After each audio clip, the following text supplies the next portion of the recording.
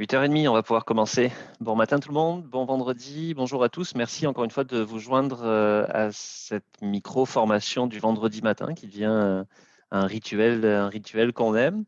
Euh, Toujours le même principe, donc une demi-heure à vous partager de l'information aujourd'hui sur une des fonctionnalités d'ID. Aujourd'hui, on va parler de demande de changement et d'ordre de changement. De manière plus générale, en fait, c'est tout ce qui concerne les modifications au contrat. Donc, on va passer à travers les différentes fonctionnalités, vous montrer ce qu'on est capable d'aller faire avec ces fonctions-là. Les séances sont enregistrées. Vous aurez la possibilité donc de les retrouver aussi en ligne sur notre chaîne YouTube et éventuellement aussi dans notre article de wiki. Comme d'habitude, vous le savez, vous avez accès aux questions-réponses. J'y reviendrai plutôt à la fin de la formation. Donc, n'hésitez pas à poser vos questions au fur et à mesure dans l'endroit que vous allez trouver en bas de votre écran Zoom. Puis, on pourra y revenir à la fin. Et également, on va réintroduire l'idée, un petit quiz aussi à la fin pour finir ça en beauté. Donc, globalement, on va parler aujourd'hui de demande de changement, d'ordre de changement pour le mise en contexte un petit peu de ces notions-là. Au global, en fait, dans ID, donc au niveau de la création des bons de commande, habituellement, quand on va créer un bon de commande dans ID, les bons de commande n'incluent pas les contingences de projet. Donc là, autrement dit, on va créer un bon de commande qui concerne généralement le montant initial attendu, excluant la partie contingence. Donc la contingence est inscrite au budget, mais au niveau du bon de commande, c'est vraiment un bon de commande hors contingence.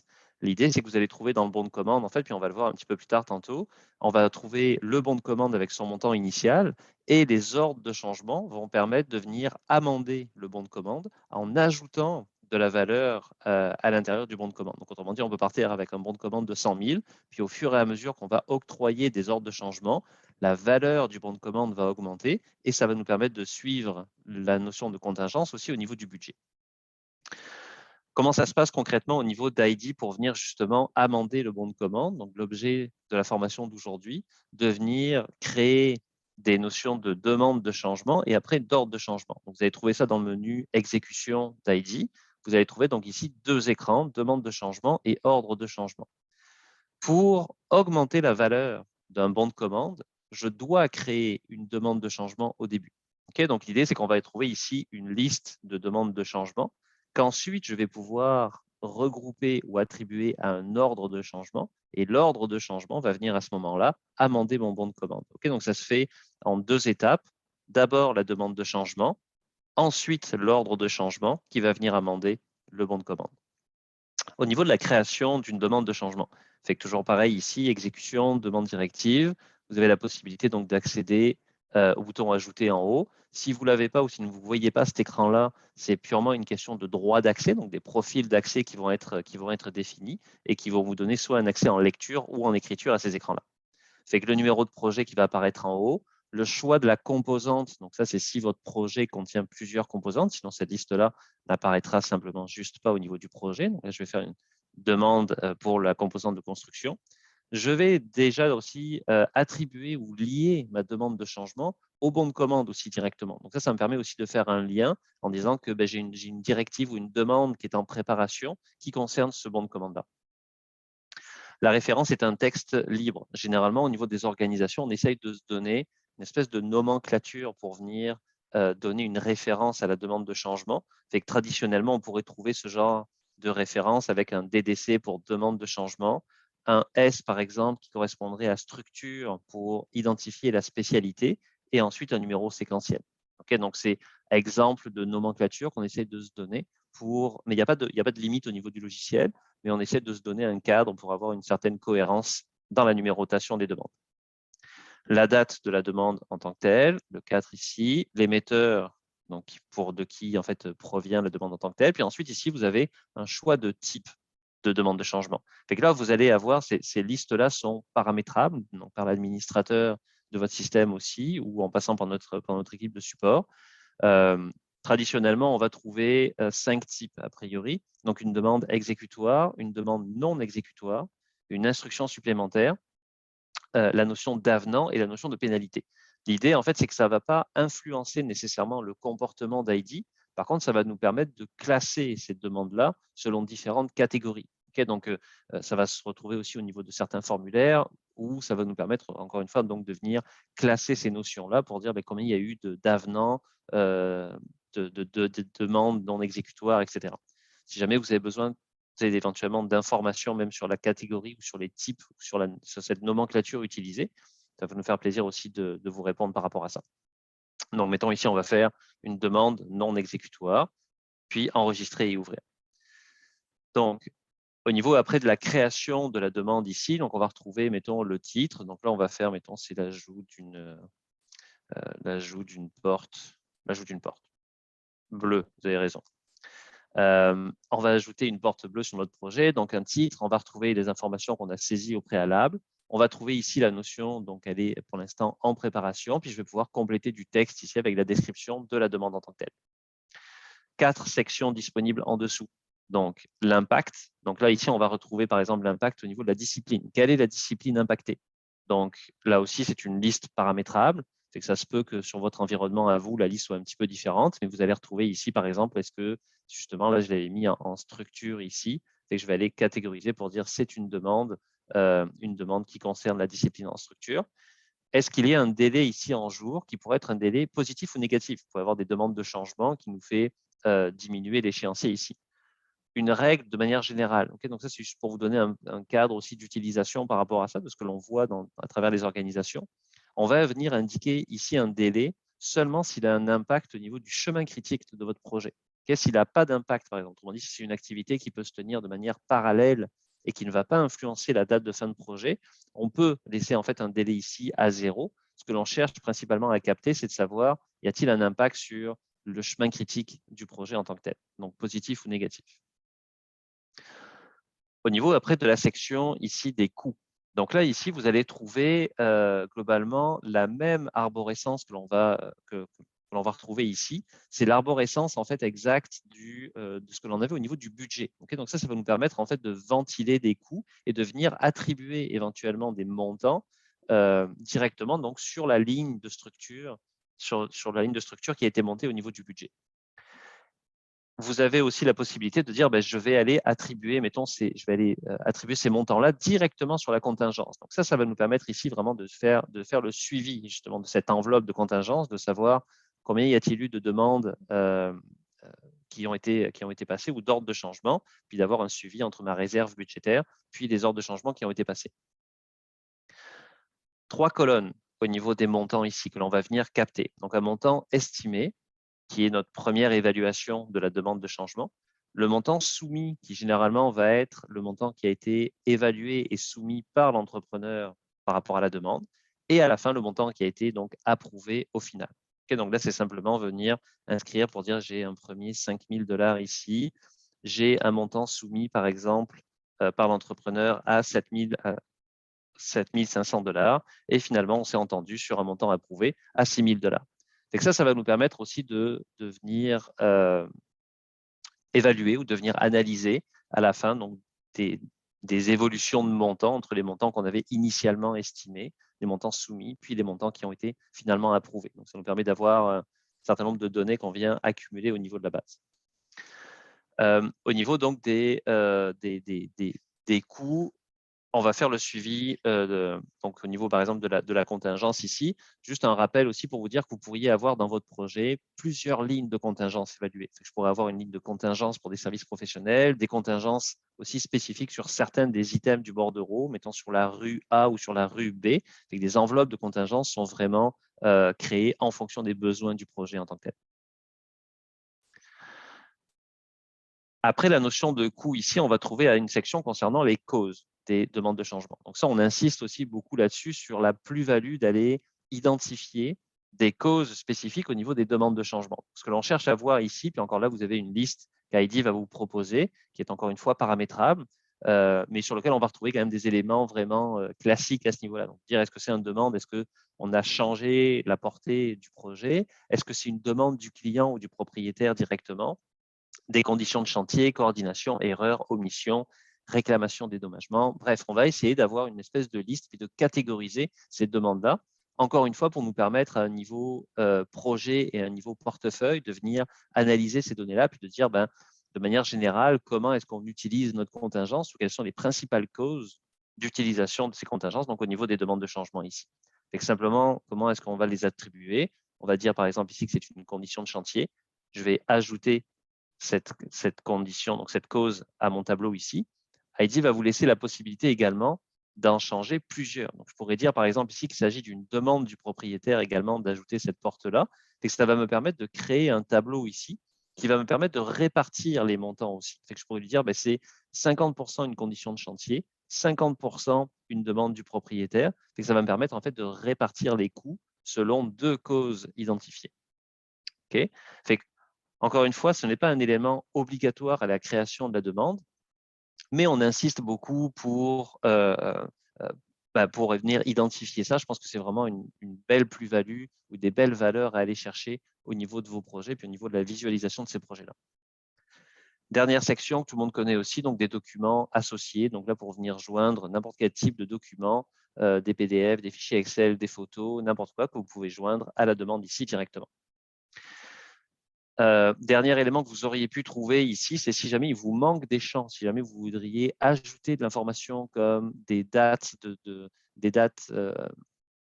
attendues de livraison ou des choses comme ça, vous avez un générateur de champs dans Heidi. Okay, donc ça, je ne rentrerai pas là-dedans aujourd'hui, ça fait l'objet d'autres micro-formations aussi que vous pouvez aller chercher sur le wiki, mais la possibilité en fait de générer des champs personnalisés dans chacune des pages. Okay, donc ça, c'est d'autres aspects que vous pourriez trouver ici.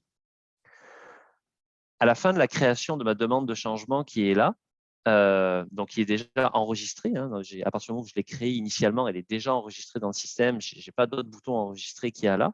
Maintenant, l'issue qu'il y a, ou la suite logique qu'il y a par rapport à ça, c'est d'envoyer cette demande-là dans un circuit d'approbation. Okay, donc ça, vous avez 2 choix. Il y a des demandes de changement qui peuvent être automatiquement approuvées par la personne qui l'a créée, ou le chef de projet ou le chargé de projet a pu éventuellement aussi créer une chaîne d'approbation spécifique pour les demandes de changement.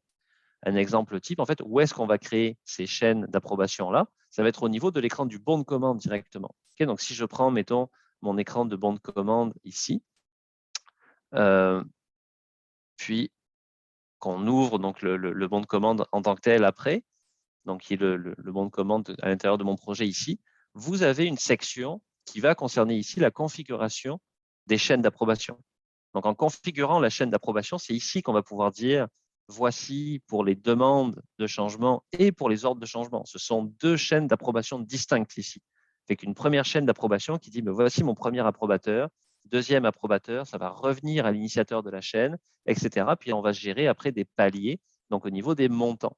Okay, fait que ça aussi sur les chaînes d'approbation, sur la configuration de la chaîne d'approbation, je vous renverrai à une autre micro-formation qui a été faite là-dessus, éventuellement aussi à un article dans notre wiki. Je ne vais pas tomber dans le détail là-dedans, mais sachez qu'au niveau des demandes de changement, on introduit des chaînes d'approbation pour faciliter le flux d'informations sur toute la chaîne.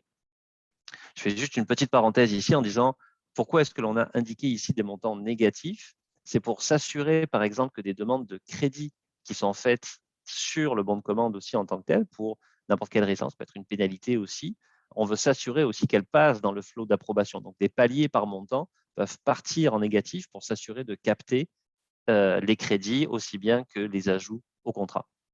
Donc, ça, c'est la configuration des chaînes d'approbation dans le bon de commande directement pour les demandes de changement et pour les ordres de changement. Donc, la façon dont on va l'envoyer ici, vous voyez simplement envoyer pour approbation. Puis là, vous avez donc un nouvel élément qui vient de s'ajouter à la demande et qui va me montrer exactement la chaîne d'approbation que je viens de vous montrer ici pour voir toute la chaîne au complet avec un envoi de courriel qui s'est passé jusqu'au prochain. Les courriels contiennent l'information aussi sur la demande en tant que telle, plus les documents qui sont joints. Et donc, on va suivre l'évolution des approbations à ce niveau-là, et puis aussi d'avoir des rapports aussi pour s'assurer qu'il n'y a aucune demande qui reste perdue à quelque part. Une parenthèse au niveau de la demande de changement ici, vous voyez la chaîne d'approbation qui a été montée ici pourrait inclure aussi bien des personnes internes que des personnes externes à l'organisation. Okay, donc, Heidi a vraiment été conçue dans la notion d'intégrer toutes les parties prenantes au projet et donc d'avoir, par exemple, des demandes de changement. On a plusieurs organisations qui fonctionnent avec une demande de changement qui va être émise par les professionnels directement sur le projet. Okay, puis qui vont éventuellement aussi aller directement chez l'entrepreneur par le biais d'ID, encore une fois, pour soumettre un prix, etc. Là-dessus, puis je vais vous le montrer un petit peu plus tard également, mais il y a toute une gestion d'accès qui va se faire. Donc, vous voyez, par exemple, ici, je suis connecté comme un entrepreneur dans ID, je suis connecté exactement sur la même base de données que tantôt, okay. Sauf que vous voyez que mon menu ici est complètement différent. Et quand je vais accéder ici à la demande directive à cet écran-là, je vais voir, mettons, l'ajout de la porte bleue qui a été mise ici, sauf que l'information qui va être affichée ou l'information disponible va être différente ici. Vous voyez, par exemple, qu'au niveau des coûts, je ne vois pas le montant estimé. Donc, en tant, par exemple, qu'entrepreneur, ici, il y a une colonne, il y a de l'information qui a été masquée dans cet écran-là pour dire je ne vois pas les montants estimés. De la même façon, je ne vois pas la chaîne d'approbation ou je ne vois pas les causes qui ont été identifiées aussi. Donc ça, en fait, votre administrateur, vous avez le pouvoir, en fait, vous avez le contrôle de dire, en fonction du profil d'accès de la personne ne verra pas la même chose. Okay, donc là, vous voyez, par exemple, je ne vois pas la chaîne d'approbation. Je sais qu'elle est en approbation, mais je n'ai aucun contrôle là-dessus. D'accord? Ça, c'est vraiment, ça se définit au niveau des profils d'accès, de savoir qu'est-ce que l'utilisateur a le droit de voir et a le droit de faire à l'intérieur du système. Donc, aussi bien pour la partie demande et directive que la partie ordre de changement, par exemple, où ici, vous voyez que l'entrepreneur n'a même pas d'accès pour l'ordre de changement ici. Donc ça, c'était une parenthèse au niveau des accès pour les demandes de changement, vraiment à considérer d'inclure vraiment toute votre chaîne au niveau des approbations pour faciliter la communication. Au niveau après donc de la demande de changement qui est vraiment ma première étape, la deuxième étape après, une fois qu'elle va avoir été approuvée, on s'entend, mais la deuxième étape après va consister à créer l'ordre de changement. Donc créer l'ordre de changement ici, un peu le même principe ici, je vais créer l'ordre de changement pour le même projet. Dans le fournisseur, en disant ça va être mon fournisseur, je pense que c'était mon fournisseur 108 ici. Le bon de commande, donc encore une fois, je vais l'attribuer au même bon de commande. Le titre, donc ça va être mon ODC 005 pour celui-là. Ajout d'une porte. Ouais, j'ai oublié, j'aurais dû. Est-ce que je vais faire une petite passe-passe, ma porte bleue qui est là, on va aller l'approuver rapidement. On va aller sauter les étapes d'approbation pour faciliter. Donc, vous voyez, au fur et à mesure, on enregistre, on peut laisser des commentaires, on peut aussi refuser, puis retourner un approbateur précédent aussi dans la chaîne, donc jusqu'à l'approbation finale, où là, on va avertir après tout le monde que j'ai une demande de changement qui a été approuvée. Okay, je pense que je détiens un record du monde d'approbation de demande de changement ce matin. Ça va prendre plus de temps que ça, mais ça va être le même principe. Okay, donc, avec des envois de courriel et des approbations successives. Donc, je vais repartir ici à la création de mon ordre de changement, au lien avec le bon de commande, la référence ODC 005, l'ajout d'une porte, la date, encore une fois, pouvoir laisser des notes complémentaires ici. Puis vous voyez, dans la section du bas, il va me donner ici la liste des demandes de changement, de toutes les demandes de changement qui sont approuvées, qui sont liées au bon de commande là et qui n'ont pas encore été liées à un ordre de changement. Okay, donc ça, c'est vraiment un ordre de changement. En fait, sa définition, c'est de pouvoir regrouper une ou plusieurs DDC. Okay, donc ici, il va me proposer la liste de toutes les DDC disponibles pour ce fournisseur-là qui sont approuvés et qui ne sont pas déjà liés à un ordre de changement. Okay, donc simplement ici, sélectionner la demande que l'on veut joindre à l'ordre de changement ici.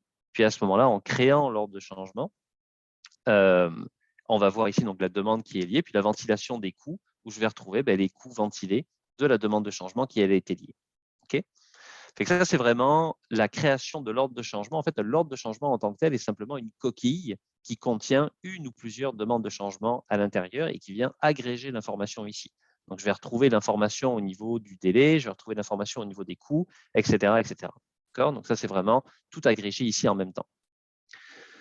Une parenthèse aussi, c'est que tant qu'on est encore à ce stade ici, donc là, même si j'avais une demande de changement approuvée, la valeur du contrat n'a pas encore changé. Autrement dit, mon contrat initial n'est pas encore amendé parce que c'est juste une demande de changement qui a été approuvée. Okay, une fois que la demande de changement est approuvée et que je suis en mode ici de création d'ordre de changement, mon ordre de changement est toujours en préparation. Donc, mon bon de commande n'a toujours pas été amendé.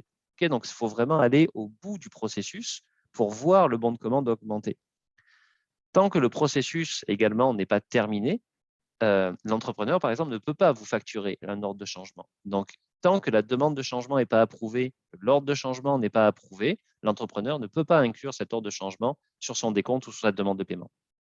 Donc, bien important aussi de comprendre ces différents mécanismes. D'ailleurs, ça va se voir au niveau de notre sommaire des coûts également, c'est que pour l'instant, tous ces coûts-là, le 6 000 $ que l'on voit ici, tous ces coûts-là sont pour l'instant comptabilisés comme un coût à venir. Donc, il n'y a pas de coût encore engagé. Donc, c'est vraiment la distinction qu'on va faire entre les deux. Pour l'instant, le 6 000 est un coût à venir, n'est pas encore un montant engagé. Donc, même principe ici, des chaînes d'approbation, création d'ordre de changement. On va pouvoir l'approuver ici en disant « OK, tout est beau ». Vous voyez, ici, là, j'ai une approbation directe, pas de chaîne d'approbation, parce qu'au niveau du bon de commande, on n'a pas défini de chaîne d'approbation spécifique pour ça. Okay, donc là, on va pouvoir créer, approuver directement l'ordre de changement ici. Que ce soit au niveau de la demande de changement que l'on a vu au préalable ici, donc si je retourne, mettons, dans l'ajout d'une porte bleue qui est ma demande de changement initiale, vous voyez ici, on a vu aussi la référence à l'ordre de changement, donc on a bien lié maintenant tous nos items à partir de là. Je fais une parenthèse pour tous ces éléments-là. Vous avez la possibilité, en fait, dans l'écran descriptif donc de la demande et de l'ordre de changement, vous avez un onglet de lettres en haut. Okay, cet onglet lettres va vous permettre de générer des documents, comme une formule, par exemple, de directive qui aurait été créée. Okay, donc ça va me permettre en fait d'extraire l'information sur un document aussi préformaté pour signature ou pour faire circuler en dehors d'ID. Okay, donc là, en générant ce document-là ici, donc il va me permettre d'enregistrer le document qui est là. Et donc, vous montrez, ben, voici la formule de directive qui est créée. Vous allez pouvoir mettre votre logo, avoir, donc vous voyez, le numéro de projet a été automatiquement généré, le numéro de la directive aussi. On va trouver ici l'agrandissement, on va trouver donc vraiment toute l'information que l'on vient pousser dans un formulaire. Donc le fait de générer l'information donc à partir d'ici permet de créer un document externe en poussant l'information à l'intérieur. Là, encore une fois, je ne rentre pas dans le détail aussi de ça aujourd'hui. Il y a une autre micro-formation qui a été donnée sur la construction de ces modèles-là. Vous voyez aussi avec votre administrateur. Pour la création, vous voyez, on peut ajouter facilement des modèles ici avec, comme encore une fois, votre logo, puis la mise en page que vous souhaitez pour sortir ce formulaire-là. Vous l'avez, cette possibilité, au niveau de la demande, mais vous l'avez aussi au niveau de l'ordre de changement en tant que tel. Donc, dans l'ordre de changement qui est là, vous allez retrouver le même bouton de lettres ici, et donc de pouvoir générer, encore une fois, le formulaire adéquat par rapport à ça. Il peut y avoir aussi plusieurs formes de formulaires, plusieurs types de formulaires que vous pourriez générer ici. On en a parlé, donc on parlait des chaînes d'approbation aussi tout à l'heure, donc vraiment importantes pour contrôler donc les flux d'informations par rapport à ça. Actuellement, les chaînes d'approbation sont séquentielles. Okay, donc les chaînes d'approbation, c'est vraiment on suit le fil, puis chaque approbateur intervient au fur et à mesure quand c'est son tour. Okay, donc ça, c'est la façon dont fonctionnent les chaînes d'approbation pour l'instant. Si on va regarder maintenant au niveau du bon de commande, donc si je retourne dans le bon de commande que l'on avait ouvert tantôt, je vais voir ici le bon de commande en tant que tel. Quand je vais ouvrir sa page de détail dans ID, vous avez une section en bas qui concerne justement les ordres de changement. Puis ici, au niveau des ordres de changement, c'est là, vous voyez par exemple que j'ai un ordre de changement qui s'appelle ODC 5 qui concerne l'ajout d'une porte et qui a été approuvé à 6 000 $. C'est qu'en approuvant ça, quand je vais remonter ici, ça a permis de faire augmenter la valeur de mon bon de commande en tant que tel. Donc, on est passé de 17 425 à 17 468 qui ont déjà été engagés. Encore une fois, c'est qu'en voyant le statut qui est là, par exemple, le 7500 qui est en préparation n'est pas encore inclus dans ce montant révisé ici. Okay, donc, il va falloir approuver l'ordre de changement pour le faire apparaître ici. Fait qu'on avait parlé des ordres de changement ici. Je vais faire un point aussi complémentaire, une petite astuce par rapport au cheminement. Hein, donc, je vous rappelle, vous avez la demande de changement puis l'ordre de changement.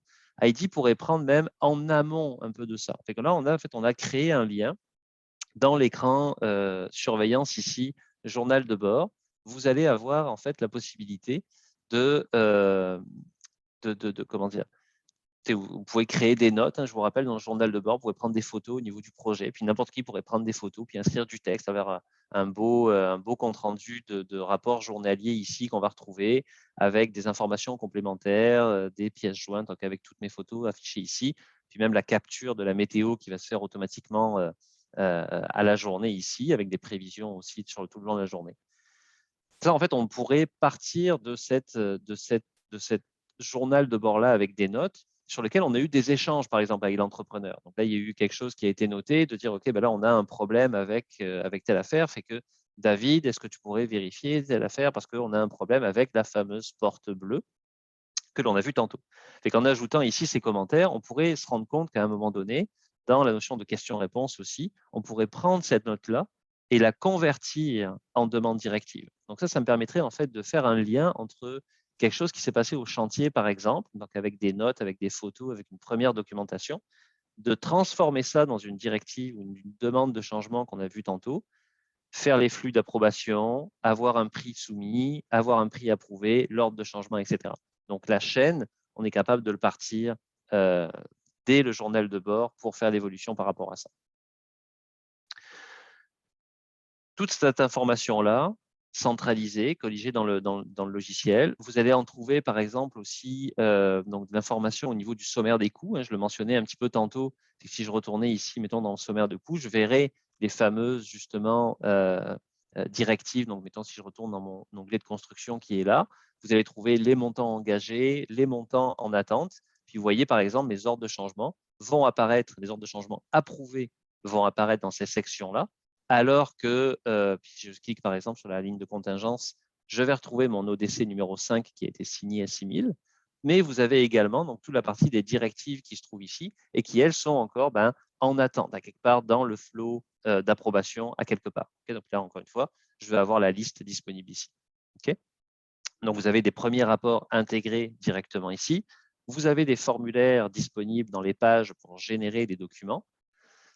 Adrien, la semaine dernière, vous a également présenté donc, notre nouvel écran de portefeuille ici ou de visualisation interprojet.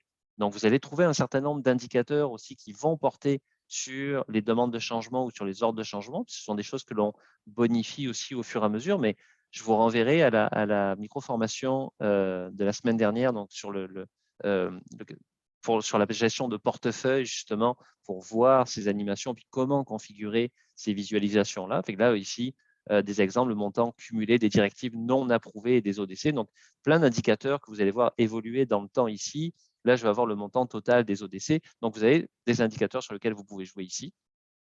Et enfin, pour finir, au niveau des rapports, vous avez dans l'écran surveillance centre de rapport ici, vous avez des rapports d'ODC et DDC, donc pour sortir en fait des rapports plus de type Excel ici pour voir l'engagement initial, le nombre d'ODC signés, en attente, en approbation, ma situation projetée, l'utilisation de la contingence pour l'instant de ce que l'on en a fait, puis de voir, comme on en mentionnait tantôt, un peu la répartition des causes ou des spécialités ici. Okay, donc, plusieurs formes de rapports que vous allez pouvoir exploiter, aussi bien dans la plateforme directement qu'à travers après des extractions, un peu sur ce rapport-là, donc sur Excel, ou des formulaires que l'on a vus dans les pages ODC et DDC. Beaucoup d'informations là sur cette notion de DDC, ODC également. Vous avez de l'information qui va être aussi disponible donc, sur le wiki. Vous aurez cette vidéo aussi, vous pourrez revoir tant que vous voulez. Vous avez aussi sur notre wiki, donc wiki.id.io, vous avez quand même de l'information disponible. Donc, au niveau, si vous tapez les ODC ici, vous allez trouver donc, des articles vraiment plus spécifiques sur la création de tout ça. Donc, je vous inviterai aussi à venir consulter notre wiki, puis à faire appel à notre support, bien sûr, n'importe quand. Pour finir cette petite présentation ce matin, il est 8h59, juste. Finir cette petite présentation, je vais vous envoyer, vous allez probablement trouver dans votre écran Zoom ici, vous allez trouver, normalement, je vais lancer un petit sondage pour quelques questions. C'est juste histoire de s'amuser un peu avec 5 questions aujourd'hui pour voir qui font un peu le résumé de ce que l'on a vu ici. Puis pendant qu'on regarde ces questions-là, je vais aller voir du côté des questions si on avait qui ont été mises dans le chat. Est-ce que quelqu'un pourrait me dire si les questions sont apparues sur votre environnement de Zoom?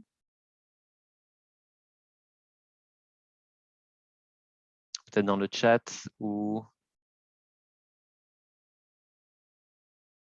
OK, parfait. Merci.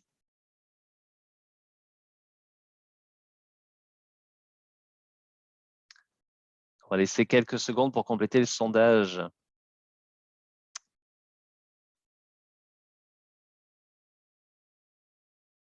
Voir ce qu'il en est. Aucun jugement, d'accord? C'est un sondage anonyme, fait que vous risquez absolument rien. Et ça vous permet de voir un peu si les explications ont été claires ou si peut-être que j'ai manqué certains éléments. Je sais qu'il y en avait quand même beaucoup d'informations aussi ce matin, fait que ce serait aussi normal. En attendant, on avait une question qui a été posée. Serait-il possible d'ajouter une délégation à même la chaîne d'approbation afin de garder la chaîne d'approbation simple et de permettre au professionnel en charge d'aller lui-même chercher les approbations des professionnels sous sa responsabilité? C'est une bonne question. Je sais qu'on a on a eu des demandes aussi faites globalement au niveau des chaînes d'approbation. C'est quelque chose qu'on pourrait approfondir ici, mais une des demandes que l'on a reçues, c'est d'être capable de faire des approbations multiples, donc un peu des approbations parapluies. Donc, au lieu d'avoir un modèle purement linéaire, donc avec des approbations successives, séquentielles, puis en attente les unes des autres, la possibilité d'avoir plusieurs approbations au même moment. Donc, il pourrait se passer d'envoyer des approbations, mettons, à 5 personnes en même temps, d'attendre que les 5 aient approuvé, mais qui pourraient approuver en même temps avant de passer à la personne suivante. C'est qu'on regarde ce genre d'amélioration-là. Là, il faudrait que j'analyse un peu plus la question aussi. La délégation. L'admin aussi, j'ai oublié de le mentionner, l'administrateur a toujours des pouvoirs de bypass aussi des chaînes d'approbation. Okay, donc, ça fait partie des choses, mais on pourra revenir sur cette question-là après éventuellement. OK, je pense qu'on on a pas mal de participants finalement ce matin. Je ne sais pas si je fais la fin ici, est-ce que ça va pouvoir partager les résultats? OK. Donc au niveau des résultats de ce que l'on a vu ici, donc une directive ne peut être liée qu'à un seul ODC. C'est vrai. Une demande de changement ou une directive, une fois qu'elle est approuvée, ne peut être liée qu'à un seul ordre de changement. Par contre, sur la deuxième question, puis j'avoue que c'était un peu piège aussi, est-ce qu'un ODC un ODC ne peut contenir qu'une seule directive? Ça, c'est faux par contre. Donc effectivement, un ODC peut contenir X directives, une demande de changement, mais une fois que la demande de changement a été liée à un ODC, elle n'est plus disponible pour les autres. Okay, donc c'est une relation de un ODC à plusieurs directives. La liste de causes de directives est paramétrable, c'est vrai. Donc, elle est paramétrable par l'admin directement dans le menu administrateur. Vous allez trouver une section causes des directives. Les chaînes d'approbation sont limitées à 4 approbateurs. C'est faux. Donc, il y a autant d'approbateurs que vous le souhaitez dans la chaîne d'approbation. Il n'y a pas de limite en tant que telle, à part le temps que vous allez mettre après à l'approuver si vous mettez 32 personnes, mais il n'y a pas de limite en tant que telle sur le nombre d'approbateurs. Par contre, comme je viens de le mentionner, les approbateurs sont pour l'instant successifs et non pas parallèles. Okay, donc, c'est des approbateurs successifs, mais vous pouvez en mettre autant que vous voulez. Dernière question, il est possible de modifier le montant approuvé d'un ODC? C'est faux. Donc, le montant en fait, que l'on va retrouver dans l'ordre de changement en tant que tel ne peut pas être modifié. Okay, donc, c'est vraiment quelque chose, c'est l'agglomération de la demande de changement ou des demandes de changement qui va former le montant total approuvé au niveau de l'ODC. Et voilà pour les quelques petites questions. Merci de votre participation au sondage. Vous allez également trouver à la fin de cette session-là, normalement, vous allez trouver une enquête rapide pour savoir des choses qu'on pourrait améliorer au niveau de ces micro-formations qu'on partage avec vous les vendredis matins. Il est 9h05, je vais vous laisser encore éventuellement quelques secondes sur le question-réponse. Sinon, merci à tous pour votre participation ce matin. Au plaisir de vous retrouver dans les prochaines séances du vendredi. Puis encore une fois, surtout, comme ces micro-formations sont faites pour vous, n'hésitez pas à nous partager vos retours, vos commentaires, vos suggestions pour qu'on puisse améliorer ces formats-là. Merci à tous, très bon vendredi et on se retrouve très bientôt. Merci.